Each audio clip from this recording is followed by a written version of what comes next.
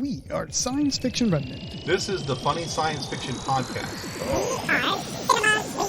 We are the Caribbean Science Fiction Network. We are Monorats. We are One Accord Level 2 Podcast. This is Sci-Fi.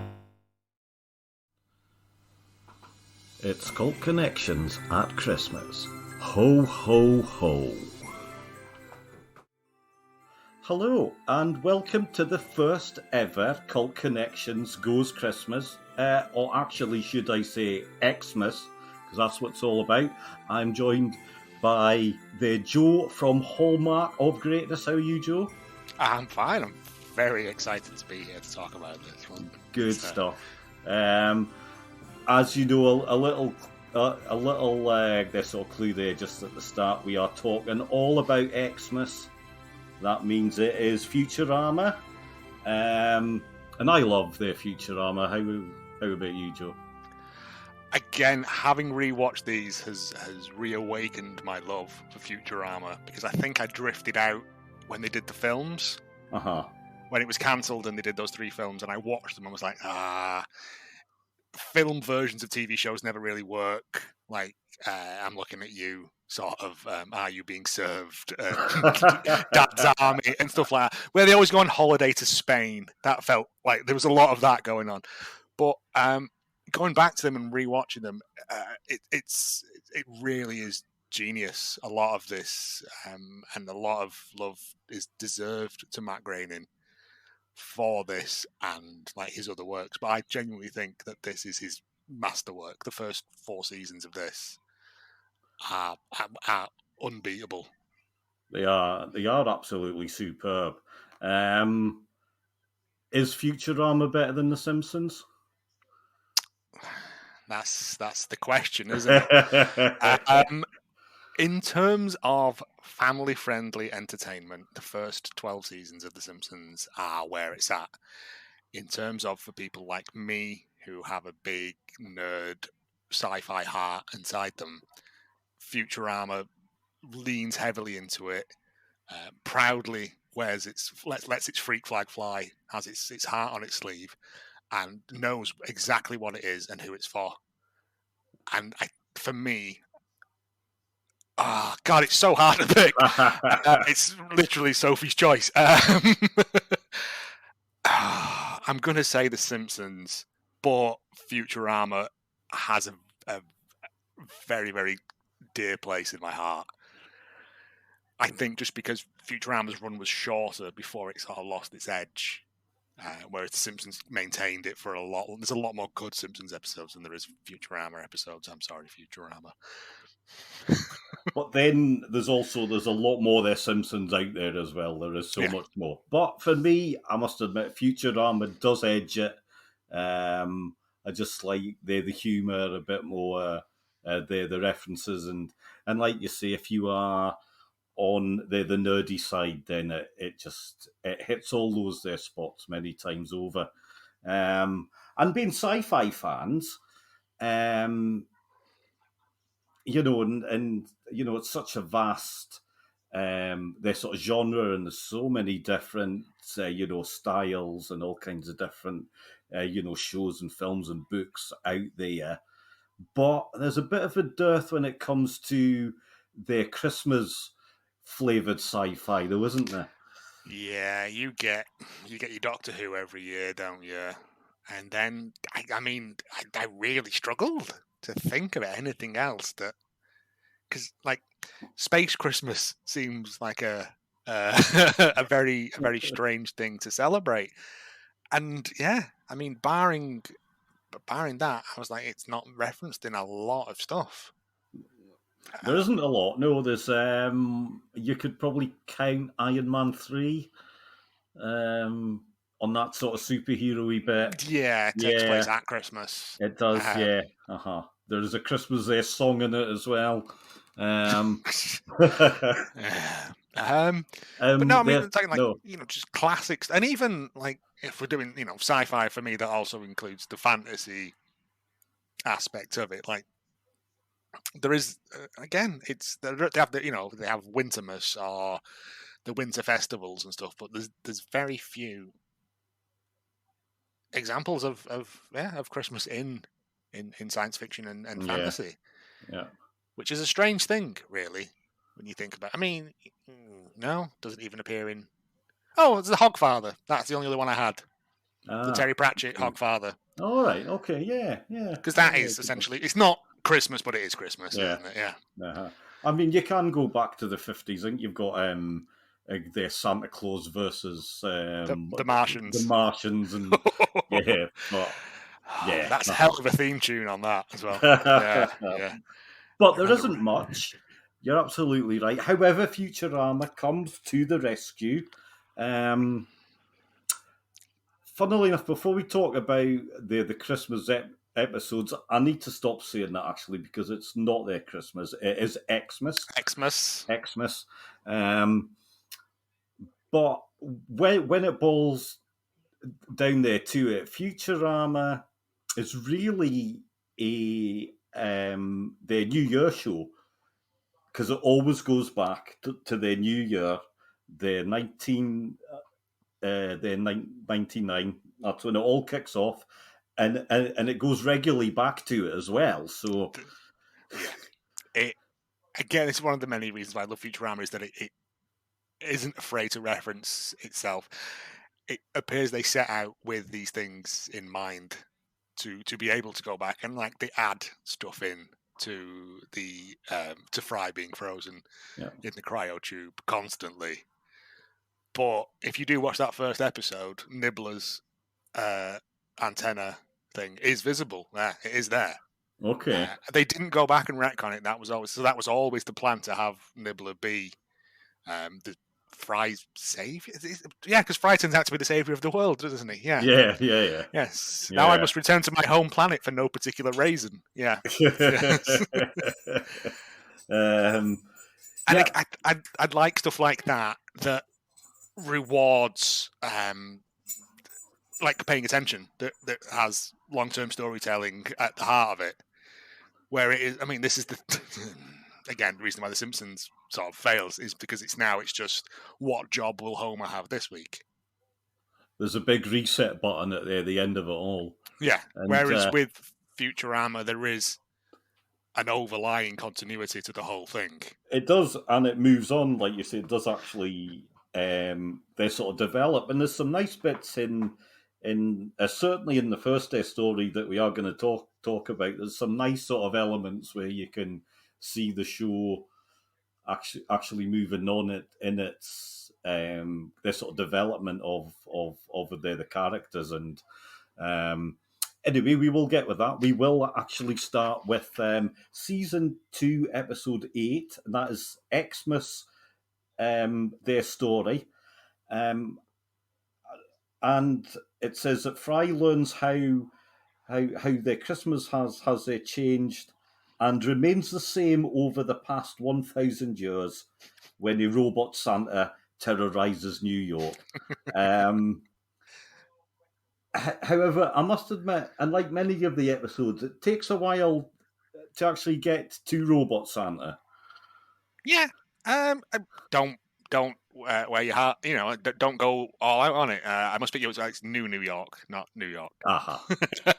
Yeah, because they have these little. Everyone has their own little story arcs going on throughout these things, and it nicely leads you to Robot Santa. And I think if it had just you have to explain who he is, how he came to be, why he is the way he is, and it does it in a very organic and natural way. Mm-hmm. Which, again, looking at you, Simpsons, it's like, Homer, you've got a job working in a blood plasma clinic today, and not to keep referencing it back to the Simpsons, but this is it's storytelling. Yeah, this is the thing with it. It tells stories.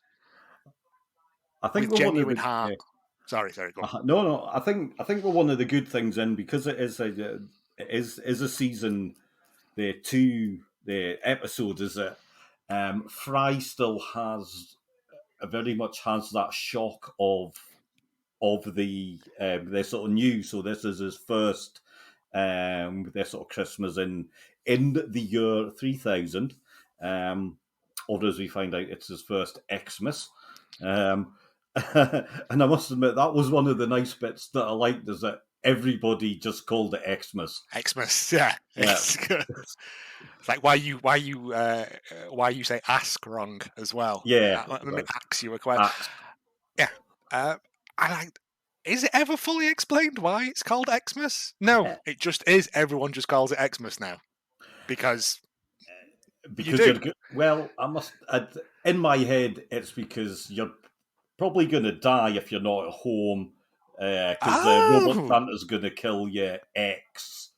So you would be an ex alive. Yeah, You would that be makes an sense. ex, I never drew those lines together. I just assumed it was because everyone writes Xmas, and they just because it was, as we learned, the world of Futurama 3000 is incredibly lazy with stuff like that. But yeah, so they're Xmas now. Obviously, now a good thing about their Futurama, it's got its core, their sort of team. So we've got Fry, Leela, their Bender, but in this one we've got Robot Santa. Futurama has a whole host of excellent their robot, their characters. Now, as a bit of fun and a little their challenge, we did say we would come up with our top 5 robots. So I think this is a good place to go with number 5. So who's at number 5 for you, Joe? Oh, I didn't do mine in order of preference, but I can do that now. I can do that now quickly on the fly. Data from Star Trek: The Next Generation, and to an extent, Lore as well. Mm-hmm. Again, made robots sort of sexy cool in a way, like because he was human looking, but had all the what is this human thing called kissing sort of thing about him. Yeah. But also was the savior of many of the stories because he was a robot. He wasn't susceptible to the wants and needs of the rest of the Next Generation crew. And he also got to boink Tasha Yar as well that time. Let's not forget that. I think that's fair enough. Yeah, I think that's a good reason to happen there. It's what I've always found interesting about the data is that because Next their gen had to be different but the same, so they couldn't have their Vulcan. So they got their Data instead, and like Data is basically he is Mr. Spock for the Next Generation. He's emotionless. Yeah, he's the voice of logic and reason. Yeah, where all else fails. But he had really good storylines as well. We got the whole Data Lore thing. We got that really weird one where he goes back to the Old West. Yeah, two gangster planets in a cowboy world. Yeah, and yeah, I just again in terms of. Because having done the research on this, there's a lot of robots out there that I'd completely forgotten about. Yeah. Like, genuinely, you don't think about it, but I was like, yeah, Data is one of the good guys. He's absolutely solid. Yeah, you're absolutely right. For me, for number 5, I've gone, I think, probably a bit obscure. Everybody probably knows the film, so but they might not know the TV series. So I'm actually talking Logan's Run. Which had a short-lived their series, in the 1977. It's a bit patchy. Some of it's quite good. Some of it's not so good. However, Donald Moffat plays Rem, and he's absolutely excellent in that show. And he is one of the highlights. So he's at me for number 5, and a precursor to their sort of Data, I would say as well. Actually, they're quite similar. So. Yeah, they do have it's robots as men, isn't it? It's I don't know what the correct terminology for it is, but yeah, there is a big overlap there. Actually. Yeah. The ones I rejected because it came to blows at work. This about what does and does not constitute a robot. Mm-hmm. We had the robots from Batteries Not Included, which were discounted because they are aliens. We had the Evangelions from Eon Genesis Evangelion because they require a pilot. so therefore are not true robots. No. And this was the one that was the biggest source of contention. Bubo from Clash of the Titans. Ooh. Because I said he's clockwork, so therefore... Yeah. But has free thought. That's conjured up by magic, probably. No, he's built. No, he's built. He is built by... it's not Athena. But yeah, he is built, so he is... I think a robot, but he is clockwork. But then it gets into what is a robot and what isn't a robot. But those are the three that... Well, this one's interesting, Joe. I just watched that very film just the other day. The proper one, not the reboot. I actually watched both of them, and they are both in them. He's built in the original film. He is built by Pat, the Roach. Yes. Yeah, that's a great one. He is. But I discounted it because he's. Yeah.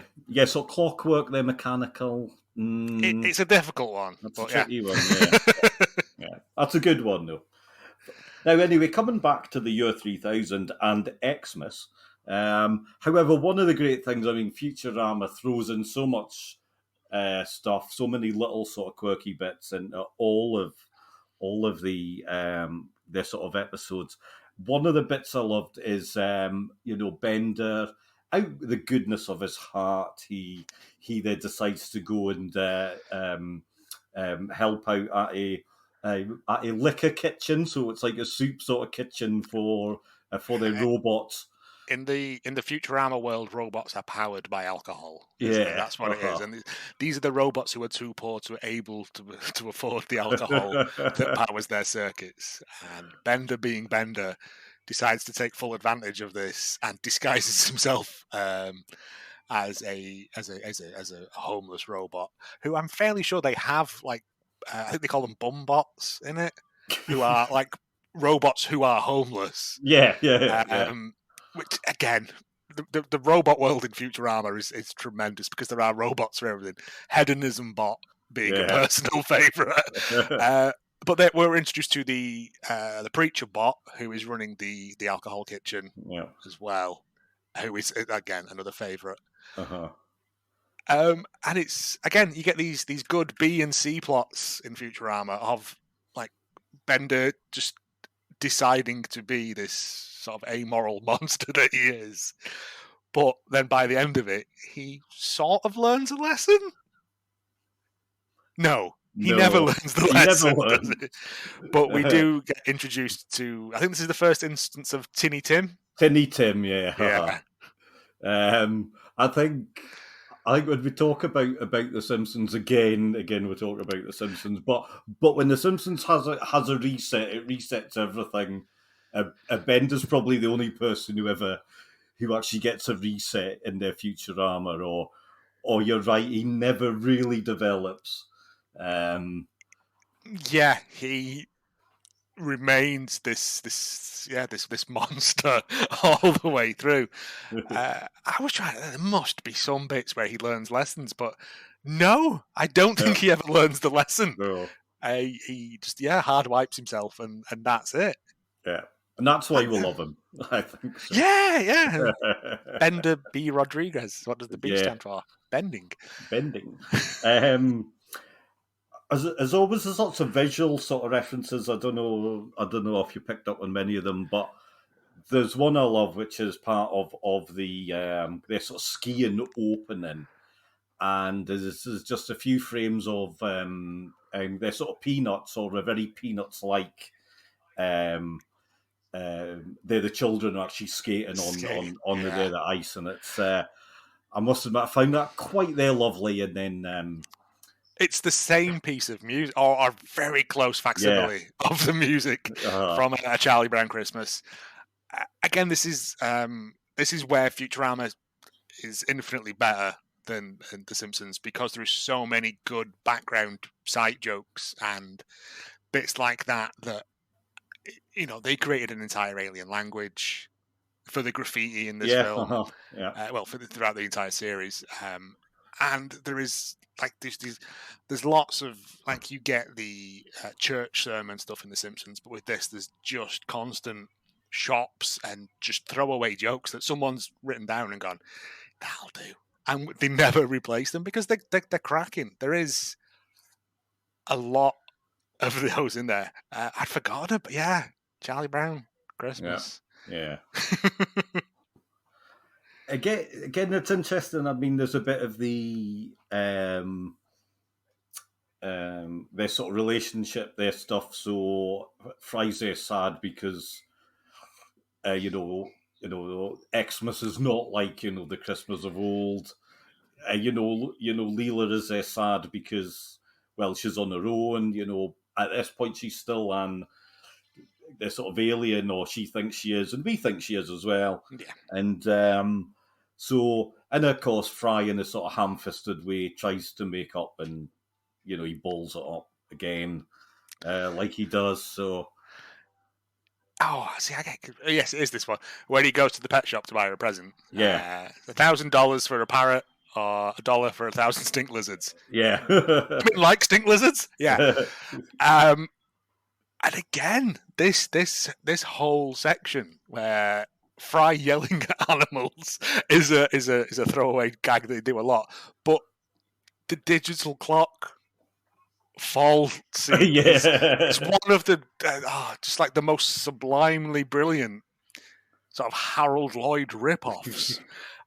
But yeah, it's just done so incredibly well. Again, this is the thing, but that's the thing that Futurama are like, oh, right, you remember that Harold Lloyd bit where he's dangling off the... Yeah, I do. Okay, we're going to do that, but we're going to do it in our own special little way.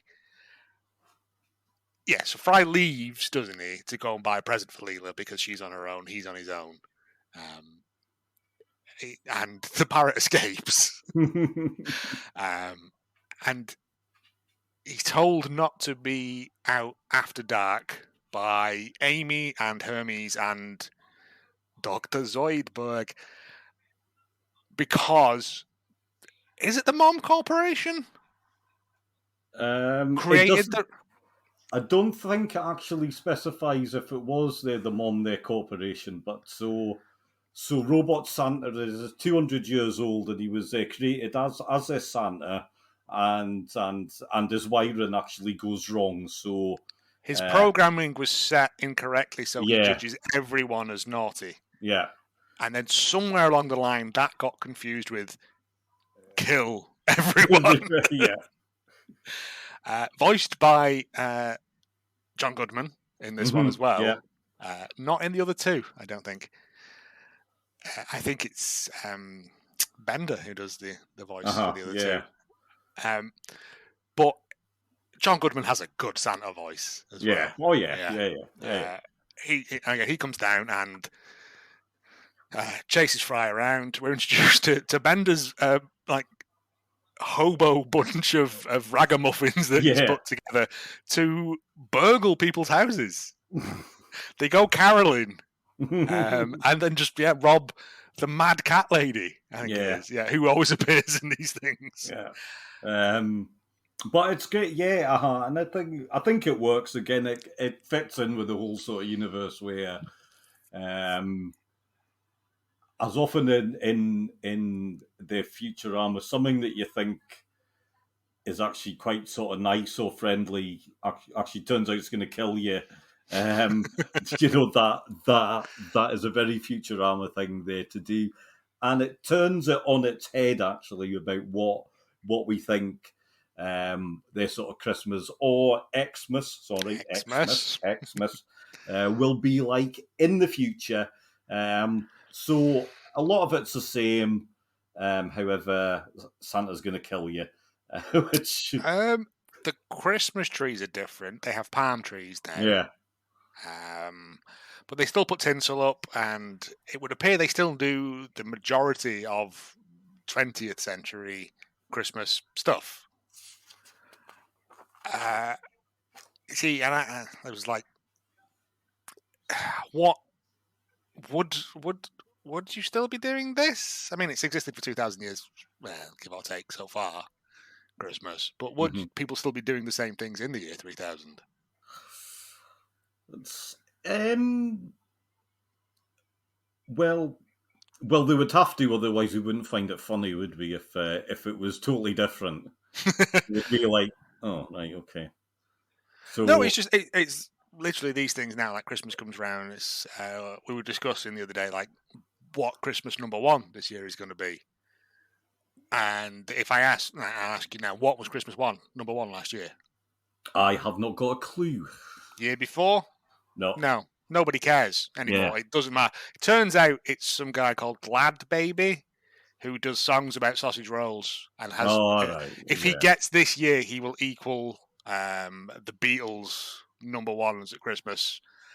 And I think at this point, I would be glad if an asteroid hit the Earth. You know, if this is our greatest achievements in in the 21st century, is a man singing "I love sausage rolls" and people buy that and think that's funny.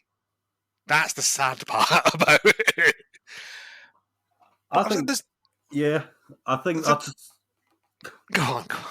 No, I think, Joe, you know what? I think that's a good place to just say, you know what? Maybe we do need Robot Santa to come along and actually kill us all. Punish these people, yes. Yeah. For being wicked. The end of the episode, though, as well, is Bender serves Christmas dinner because Bender has a running joke where he wants to be a chef, but being a robot, he has no taste. Yeah. But is it Elzar? Bam! Who's Yeah. He serves Fry's parrot that has been hit by, I think, the greatest joke ever written. Mistletoe. It's not a match for my toe missile. Oh, yeah. That's someone's clocked off early on a Friday after that. They're like, yep, that's as good as this gets, lads. And he's just got this, and he cuts into it and it deflates. And Tinny Tim, he's just like, oh dear, another disappointing Christmas. And it's, I like Christmas stuff that doesn't end with everyone winning. Like, it just ends with dishearteningness. But they're all together. That's the thing, isn't it? I think that Futurama does well. It's that in its own weird, twisted way, it isn't. It says that it isn't about the presents. It isn't about the gifts. It isn't about Santa. It's about spending time with the people that you love. Very true. Yeah. And that is that bit at the end where you go, "Oh, I think I've just been taught a lesson." But not in a heavy-handed He-Man sort of way.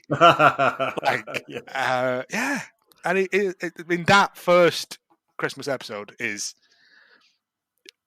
again, one of those ones where you can watch it and every time you will find something new to love about it. Because it's just so inch thick with gags all the way through it. But it has a heart that runs through it as well. I think that's the difference between The Simpsons and Futurama. Futurama has a heart. It has a genuine love for what it's doing. Yeah. I'm not going to talk about Disenchantment because that's garbage. Anyway, this is a good point. Just to pause, so before we move on to the next episode, it's number 4 in our robots. I will go first now.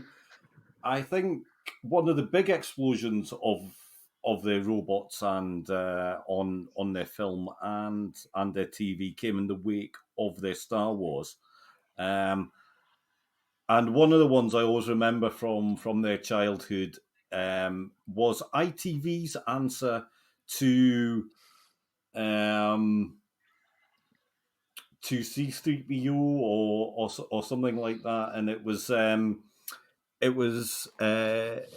debuted in the 1980, and it was the sitcom Metal Mickey. I don't know if you remember Metal Mickey. Fucking hell, man! God, yeah.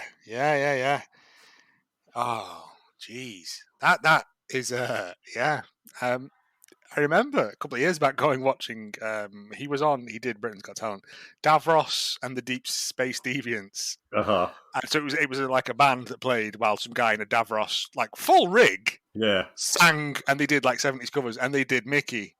by Tony Basil, but they did Metal Mickey. Metal Mickey, yeah. And I was like, I haven't thought that's what 5 years. This is 5 years since I last thought about Metal Mickey.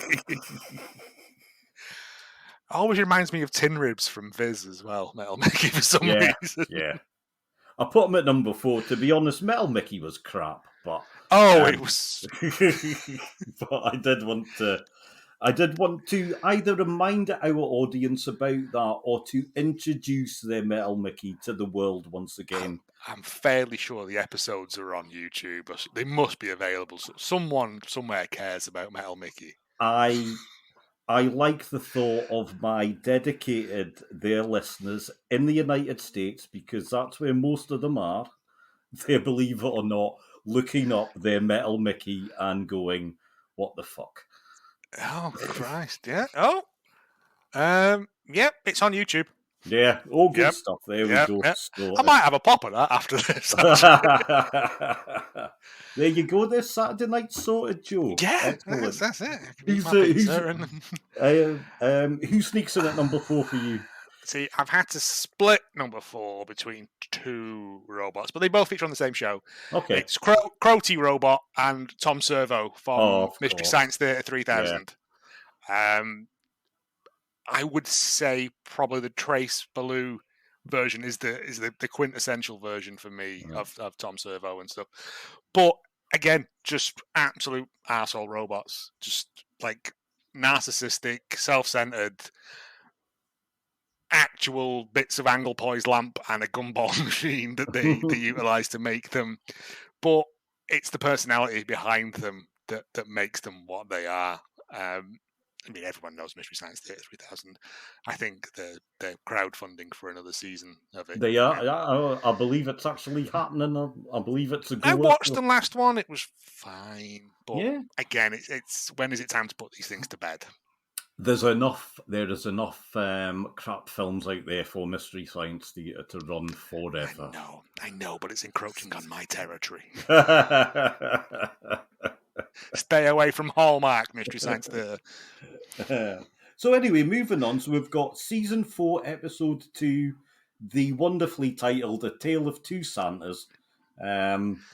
So when Fry, Leela, and Bender make their delivery to Neptune, they run afoul of Robot Santa, and Bender has to take his place.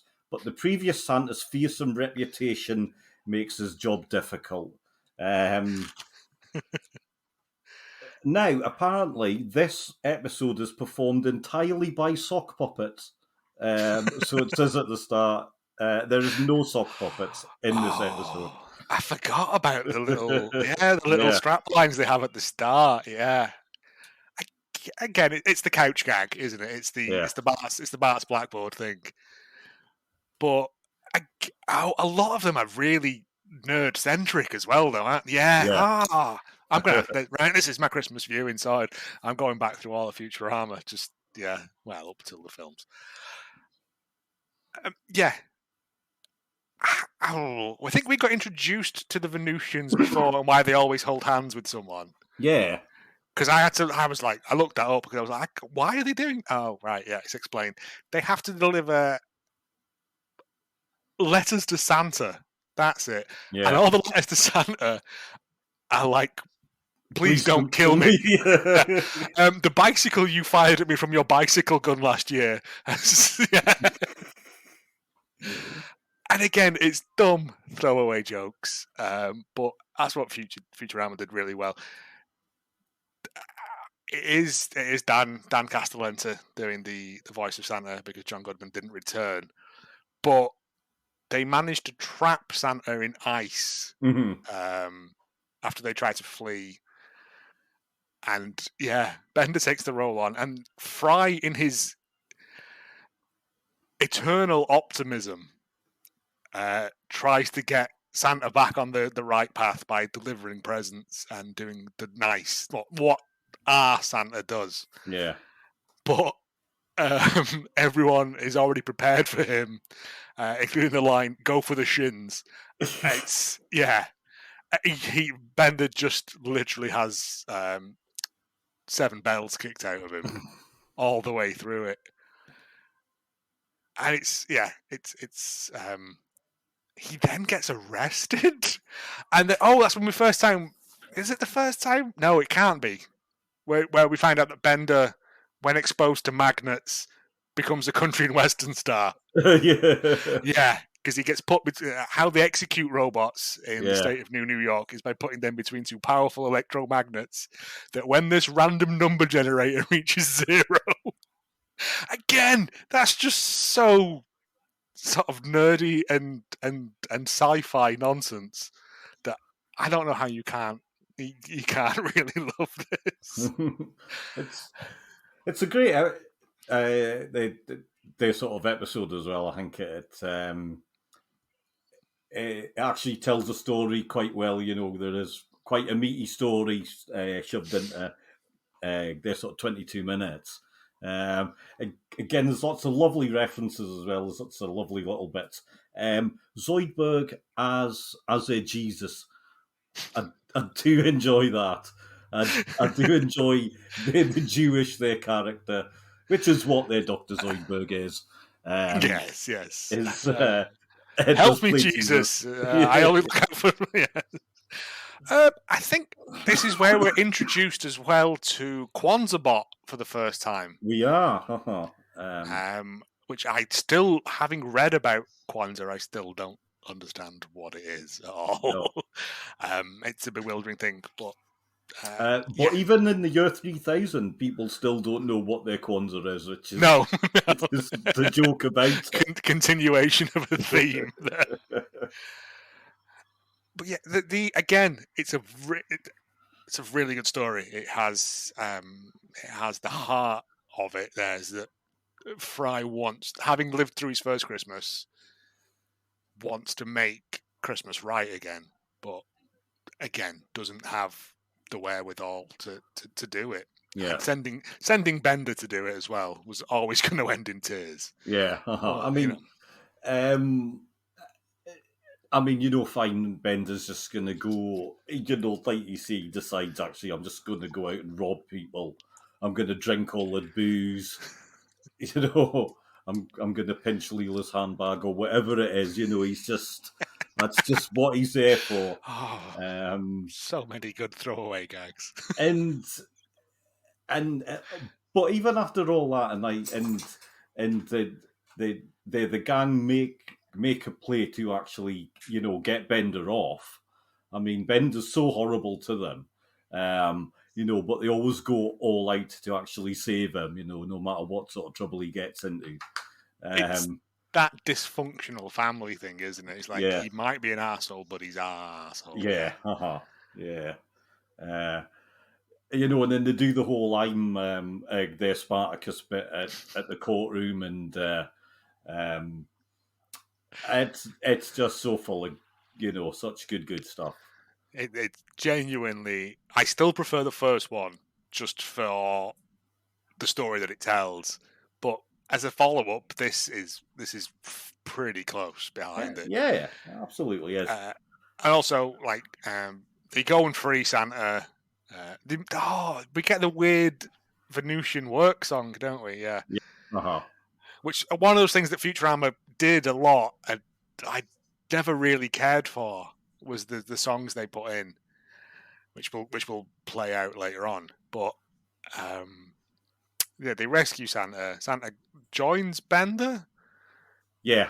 Oh, it's when they try to explode Santa with a logical fallacy, isn't it? Yeah. I was built with logical crumple zones. Yeah.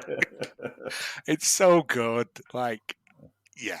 But then Bender and Father Christmas, Robot Santa, sorry, just go about, and Bender's enjoying it. Like, this is smashing all the street lights, and this is Bender's dream come true. Destroy all humans. Yeah.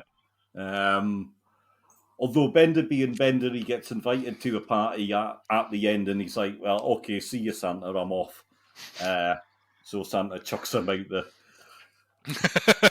of the sleigh, like you would, and all things go back to normal. Robot Santa is Robot Santa. Everyone's back at their Planet Express their headquarters, as it were, as a family. They're all sitting on the sofa and So I think it does actually invoke the true meaning of Xmas, and fills me up with lots of Xmas spirit.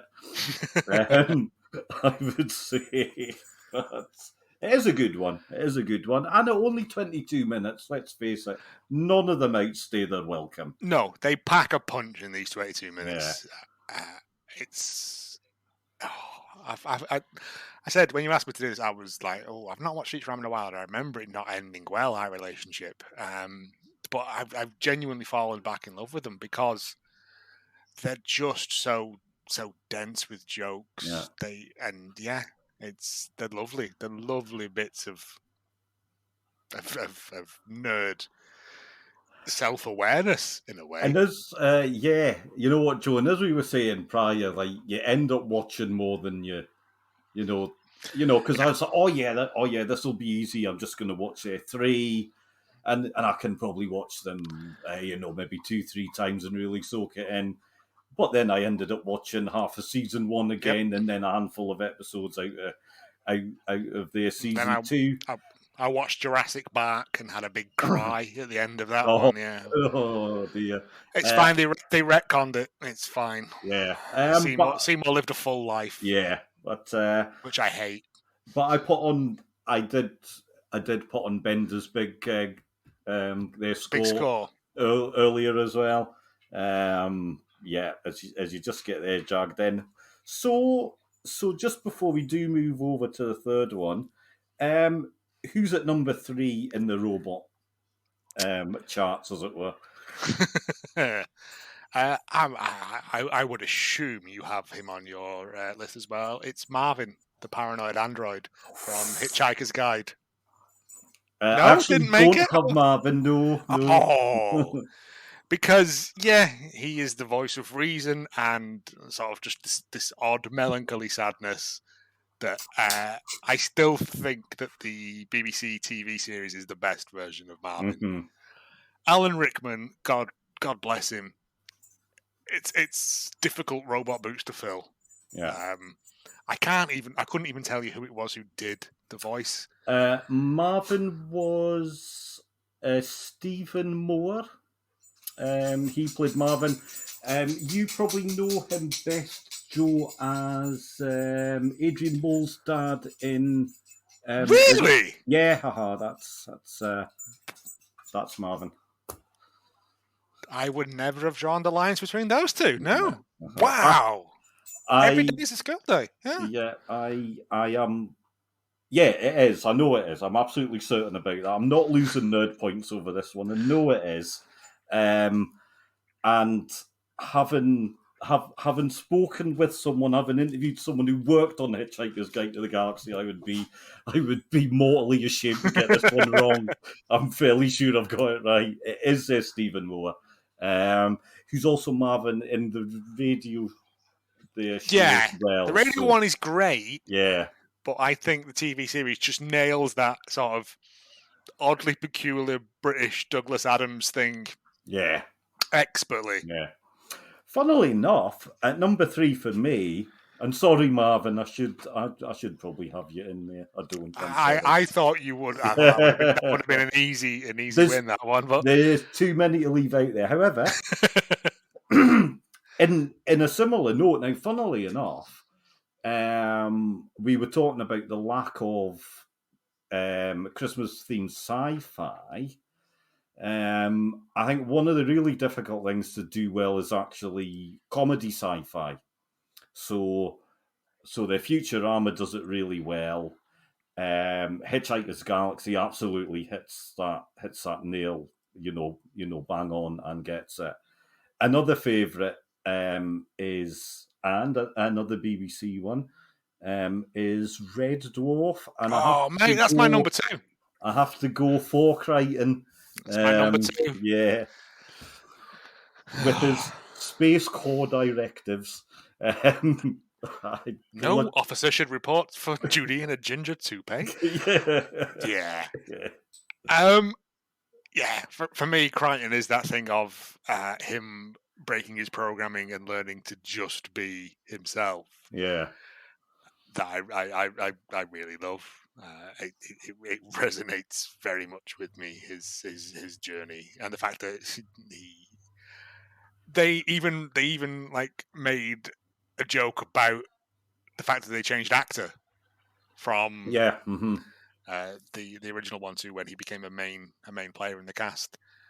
That he crashed Lister's space bike into a wall and had to rebuild his own head. Yeah. And not a lot of things will do that. Oh man, I'm annoyed that we got the same one. I thought I was on for a winner with Marvin. I thought you'll have that, and that's But yeah, Crichton is. I mean, Red Dwarf is the classic nuclear family sort of thing, isn't it? Yeah. Of your mum and your dad and your two children, but you also get really good storylines with Crichton as well.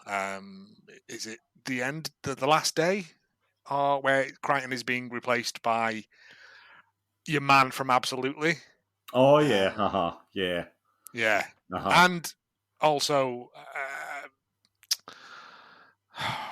when he finds out that he is a joke, and there's like Red Dwarf up until about series 7 was really great. Yeah. And it's back on Dave now, and they're pretty good. But that whole sort of later when they reintroduce Kachansky, that's when it got stinky. Yeah, definitely. But so Crichton, okay. Well, on that score, then, so we've done your number 3 and then number 2. So before we move on, I will give my number 2 then. It's a bit obvious. He is a favourite. I say he, who knows? He's the one that inspires so much love.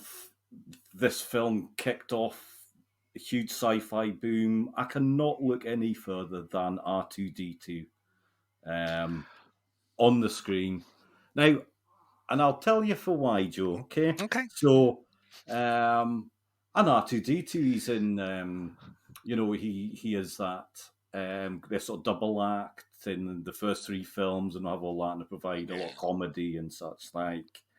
The prequels come along, and now say what you like about the prequels, but for someone of my age, now I'm 48, so I saw the original, Star Wars film so many times, and they didn't become stale, but you just knew them so well, or you thought you did. The prequels come along, and despite all their flaws, the prequels actually breathe sort of new life into those original films.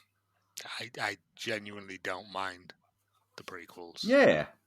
They're not as good, but they're serviceable. Oh, yeah. But I'll tell you for why, Joe, right? And there's a particular scene, and it's in their Star Wars, so the very first their film, in New Hope, as we know it. So Luke's been there knocked out by the sand, their person, and R2 is there sitting there, and their Obi-Wan there comes along. Now, it's not what the dialogue says; it's what they don't say there to one another, and this is what does it, right? Because Obi-Wan in this film is a lying bastard. He lies to Luke. Yeah. I'm fairly certain that there's an almost an off-screen there conversation between R2 and their Obi-Wan that goes, "We're just going to make out that we don't know each other." Oh no! Extended Universe is no longer canon, so but I'm fairly sure there is something that is mentioned somewhere where R2 gets. Oh, I can't cut this because I can't remember for definite, and I don't want to sound like a dickhead. Yeah, cut it. Got all that. I remember reading something where R2 gets interfered with, and he forgets who Kenobi is. Right, but I may be wrong. And no. there's that much extended universe stuff that I can't be sure whether it was I made it up or whether it was a real thing. Because I always found that very jarring. I'm sticking to my theory that actually R2 and their Obi-Wan so Luke's flat out, and they're like, how are we going to play this one? And Obi-Wan's like, right, let's make out. We don't know each other. Blah blah blah. This is just a chance encounter. R2's like, all right, okay, yeah. R2 is the biggest hero of the rebellion. You know what? I think that the Star Wars films, you can take out all that Force, gubbins. You can take all that storyline out, and basically just have the same sort of their sort of outcome there throughout the whole sort of lot. Yeah, but, to an extent, especially with the later on ones. But it is R2. I love him to bits. I think he's brilliant.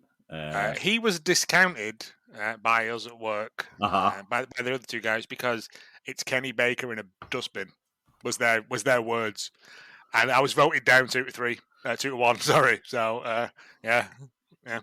Oh, I mean, this is why democracy doesn't work.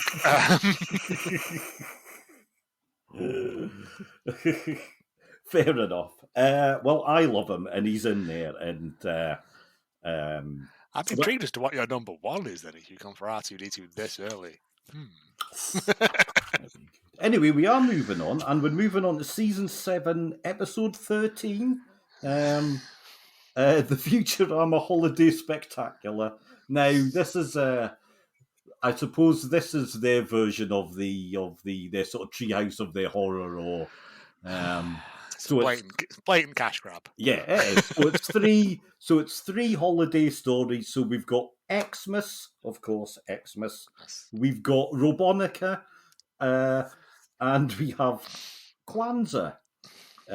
We are, of course, talking about the sort of Xmas. Bender as a nutcracker. I do enjoy that. That was a good joke that made me laugh. And about the only thing in this episode that did make me laugh.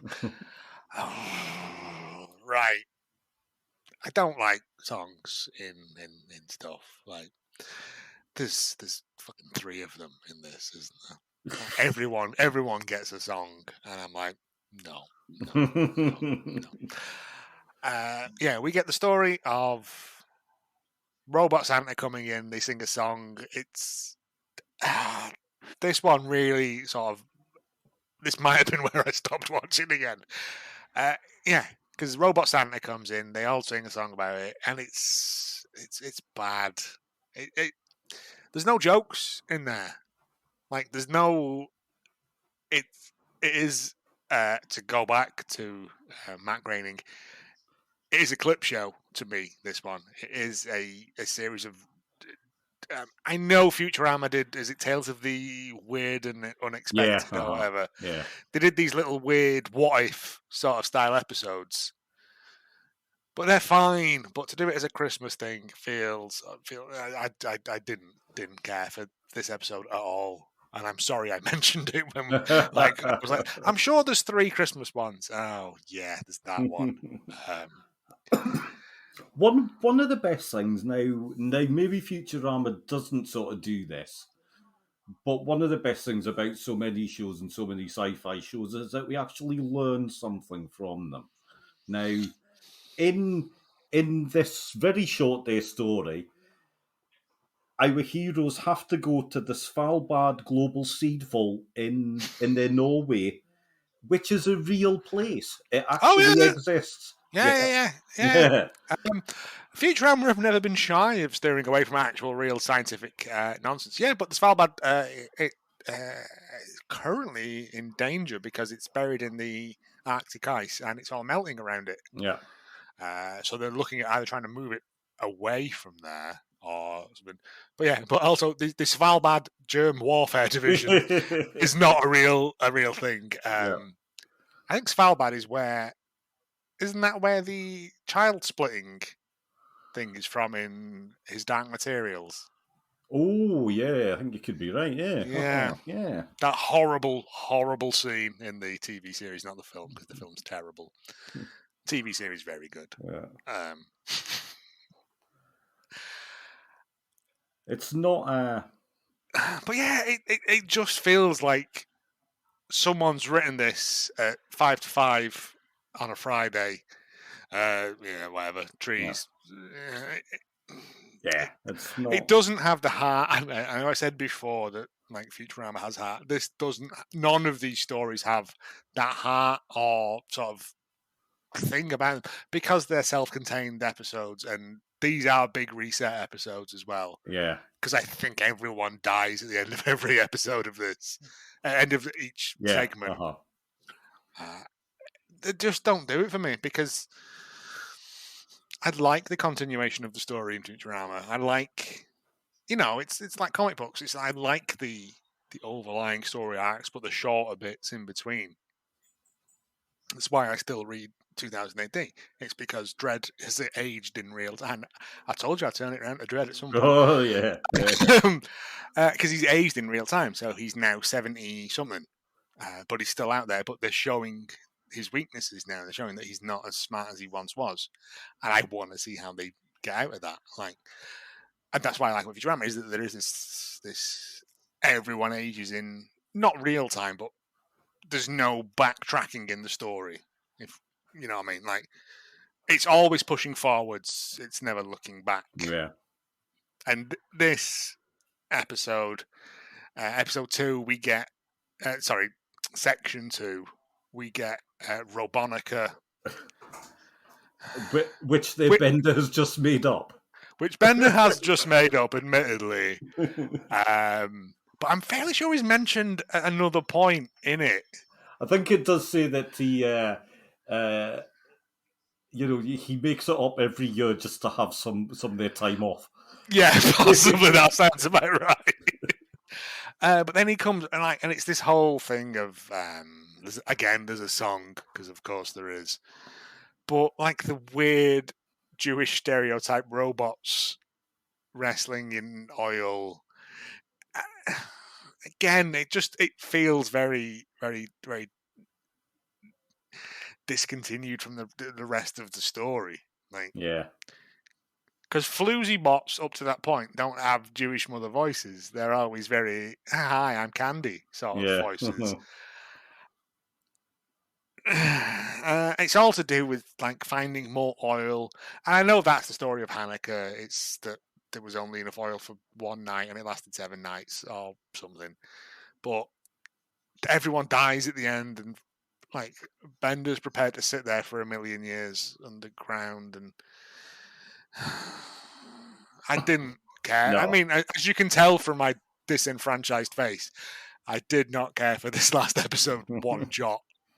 We should have just done, I know the rule of 3 applies.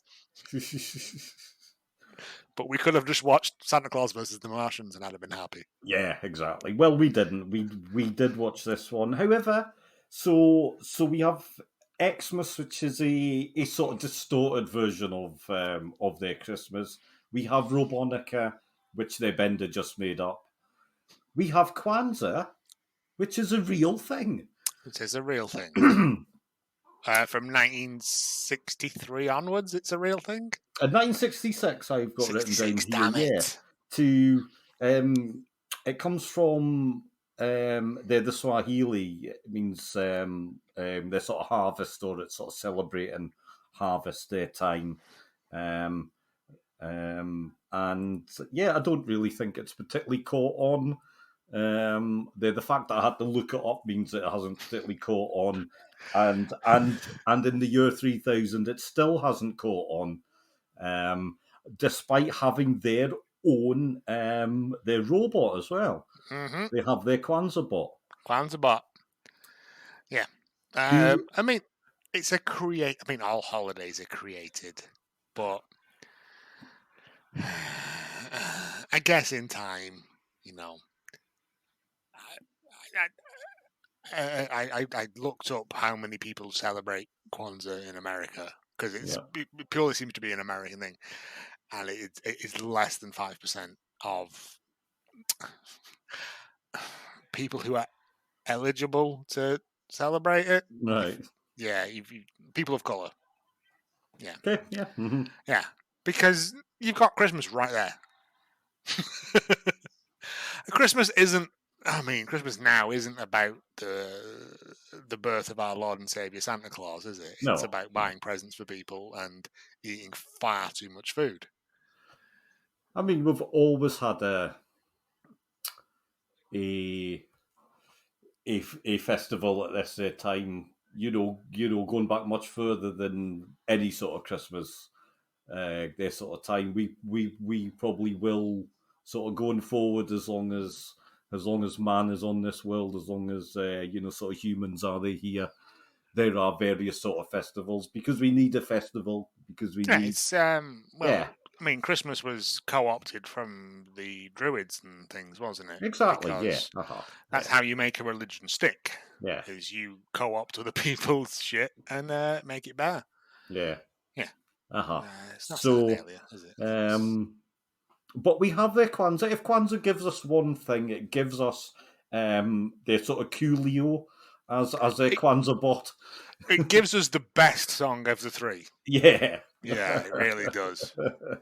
But he basically, and it probably ends there the best way because Coolio's like, I really can't be asked with this, so I'm just going to finish now. Just going to go. No, if nobody understands what it is, then yeah. Fine. So I'm just going to leave. You know what? It's not the best of the three of them. It's not the funniest. It's not hugely great. But you know what? It's only 22 and a half minutes. So no, I mean, based on this, I then went and looked up Kwanzaa, and I'm like, it's actually a pretty groovy sort of thing. It's about celebrating like cooperation and being part of a community and being a groovy guy. Yeah. And I'm like, I don't know whether I'm allowed to celebrate it being the honky that I am, but I'm all for it. Like, I don't see no problem with trying to fucking. I don't know what I'm trying to say, but like it's. You know what? In this world that we live in, Joe, which for most of us, most of the time, is hard work and shit and getting put upon in various different ways by lots of different forces. The more bloody festivals, the better. Aye. So and me being me, I will be retweeting this episode on Boxing Day, specifically referencing their Kwanzaa in the hope of getting one or two extra downloads on it. So I'll be making the most of it, that's for sure. Again, this is supposed to be the time of year where we come together to share our years and these are the things that we've learned, and we buy gifts for each other and all that sort of jazz. And yeah, I think that gets lost somewhere along the lines, and it becomes, well, I have to buy something for Auntie Jean. Auntie Jean doesn't give a shit, mate. You don't know her. Don't buy her anything. Give that money to a charity. Yeah. Give it to Wood Street Mission, for example. Be like Bender and go and volunteer at a liquor kitchen. Yes. Yeah. But don't be steal. like Bender and then drink all of the liquor for yourself.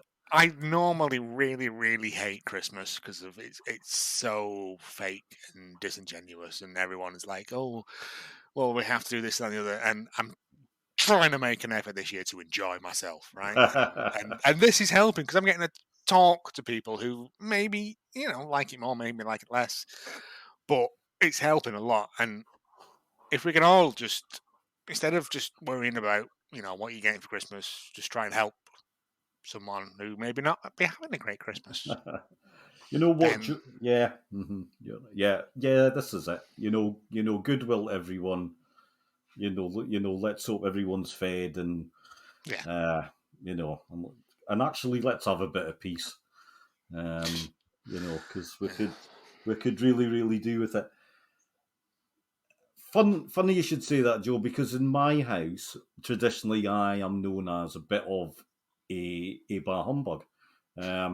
and doing. But actually, this year starting the show and thinking, I can actually do some of their Christmas episodes, some of their festive episodes, well, which I am there doing. This is just the first. It's made me feel a lot more festive. So certainly a lot earlier. It gets inside you, yeah. It absolutely does. Not in a weird way. And Futurama, in its own way, it celebrates their Christmas, or as we will now call it, Xmas. And we will call it that from now on. But do you not find that I watch more Christmas specials of stuff than Christmas films? I will watch the Christmas episode of Bottom and Community and The Office and stuff like that much more than I will watch a Christmas film like, I don't know, Love Actually or stuff like that. I haven't got the patience. I won't watch. I am watching some of their Christmas films for the show. I'm watching some other films which are not Christmas films, so that's coming up. I am watching some of their Christmas Day specials, which will be really good fun. Probably not the ones that anyone will be thinking about, but I am watching some of their Christmas specials. This, however, has been great. I've loved it. We do need to find out who's at number one. I will let you go first with that there, Joe, who is number one on the robot front. Oh, okay. For me, the number one robot of all time, because he can do everything. He can fly, he can fight, and also he can look after your internal organs. It's Baymax from Big Hero 6. Okay, right. Technically as a robot. Yeah, no problem there. Yeah. The amount of people I've spoken to who have never seen Big Hero 6, and I'm like, it is a genuine great film. Yeah. It is one of those weird sort of kicks you in the balls in the first 10 minutes of just sadness. But then, it's the story of redemption, love. But Baymax is a love letter to his brother, but also to the world. And there's no reason that in that film they couldn't roll out Baymax, because he works. And that's why. He's a robot designed to help people, but can also be used to hurt people. You are right, though. It's a lovely film. It's a great film, actually, for watching at this time of year as well. You know, it's a great... It's the little nanobot things he has. Yeah. That is still, to me, mind-blowing animation, even in this day and age, where I know computers can do all this stuff. But it's just so good. The Army Ante style building of the things is it scared me in the cinema, that bit, because I was just like, how is this allowed? Yeah. But yeah, a great film, great for watching, a nice family film. Right, number one. This is not a coincidence. This is not made up. I haven't done this just because we are talking about a certain thing. This is genuine. My favourite on-screen robot is Bender Bending Rodriguez. Because he drinks, he smokes, he steals. He's got the best one-liners. He's... you're serious? Yeah, I know. Honestly, I love Bender. I discounted Bender because we would be talking about him. You see, no, he would probably be in the top 5. Yeah, discount Bender at all. He is genuinely, Joe, at number one. I have done this list a few times for different things. Bender is always at number one. If I could be in the Futurama universe, I would be Bender. I think my favourite Bender joke is in either the first or second episode, where he bends the bars, but his arms fall off. Yeah. He uses his arms to pick his own arms up. And I'm just like, that I'm on board 100% with this now. That's in the very first episode. It is. My favourite one-liner from him. I can't actually remember which story it's from, and I might be sort of paraphrasing it. It's in one of the later ones, but they sort of Professor Farnsworth is sort of saying, something's away to happen, something awful's going to happen, and Farnsworth like this could spell the end of the whole world, and Bender goes, the world, but that's where I live. That's where I live. Because he's so selfish. Yeah. He wouldn't care, But again, there's so many good Bender bits in there. I mean, Bender was number one, but I removed him because we were going to be talking about it, and I thought I'll try and do something to hurt, something to heal rather than hurt. Yeah, but no, Bender is again not even the best character in it. Fry is the best character in Futurama. But but I just love Bender. I would be like, he look at me, look, a bee yeah. do. Stop creating a distraction. He's got the best lines. He's got the coolest sort of jokes. He does the worst things ever. But you love him for it. We missed. I missed. I think my second favorite joke in when Bender goes to prison. Tell the robot devil, I'll see him soon. And he just walks to the next cell. He says, "Yeah, I heard him." He is the best. He's lovable, Bender. He's a rough diamond. He is a scallywag. He is Bill Sykes, but with a heart. Yeah. Yeah. Like you see, he gets away with so much. He's not a role model. He does all of the things that you shouldn't do. Don't drink to excess. Don't smoke. Don't steal. Do not look at their fembots as their circuits. Don't do any of those things. It's not good for you. But he is absolutely brilliant. Now, Joe, thanks so much for coming on again for you. Actually, this is a really busy time for you. So, a lot of people probably do know what your show does, but what actually is Hallmark of Greatness all about? Hallmark of Greatness is me and my work colleagues looking at Hallmark films, not just the Christmas ones, the other ones, and just sort of dissecting them, mocking them. Occasionally there are good ones in there, but yeah, it's shit. I really should write this shit down, man, because I can't now. No, it is a love and appreciation of the Hallmark film genre, Lifetime, made for TV stuff, but you got to admit a lot of them are pretty Todd. A lot of them are the same film over and over again. But occasionally we get these little nuggets of greatness in there, and that makes it all worthwhile. Yeah. And you do have there the pleasure of actually having, unlike sci-fi, actually having an abundant amount of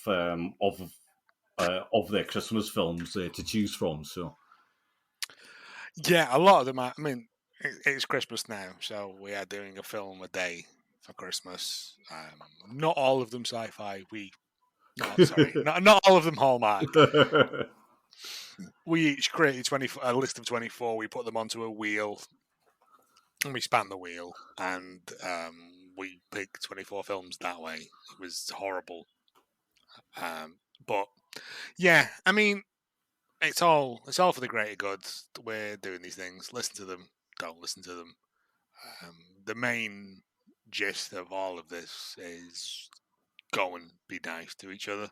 Yeah. Go and it's Christmas. Like, the one thing that I like about Christmas is that I can go and do charitable donations and stuff without having to feel A, weird, or B, like I have to film myself doing it and put it on Facebook. It's just go and do nice stuff for each other, innit? Yeah. Like, we're not here for a long time.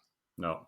And you know what? Summing it up like that, that's it. Because the Hallmark universe is a very nice one, isn't it? So, not all the time. But I'm looking at you, Christmas Land. Yeah. But there's some nice values out there. The values in it are terrific. It's if people choose to espouse those beliefs, which they don't. It's fine to sit there going, "Oh, I would go and help this," but go and help. Go and do it. Go and it takes now. Go and put an extra bag of pasta in that charity bag at the supermarket. Go and buy a toy for a child who won't get out this Christmas. You won't miss it, but it means the world to them. Yeah, absolutely. And on that note, thank you, Joe. Thank you so much. Joe is coming back in the very near future to talk about something very passionate. I may have mentioned it once so far. Maybe if you can work that out, that would be very good. But anyway, thank you, Joe. And thank you very much, Ian, for having me on. No, I've really enjoyed this. This has got me all G'd up for Christmas again. See? Good stuff. It's been absolutely brilliant. So once again, thank you, Joe, and thank everybody for listening. And Merry Xmas. Ho ho ho. My toe missile.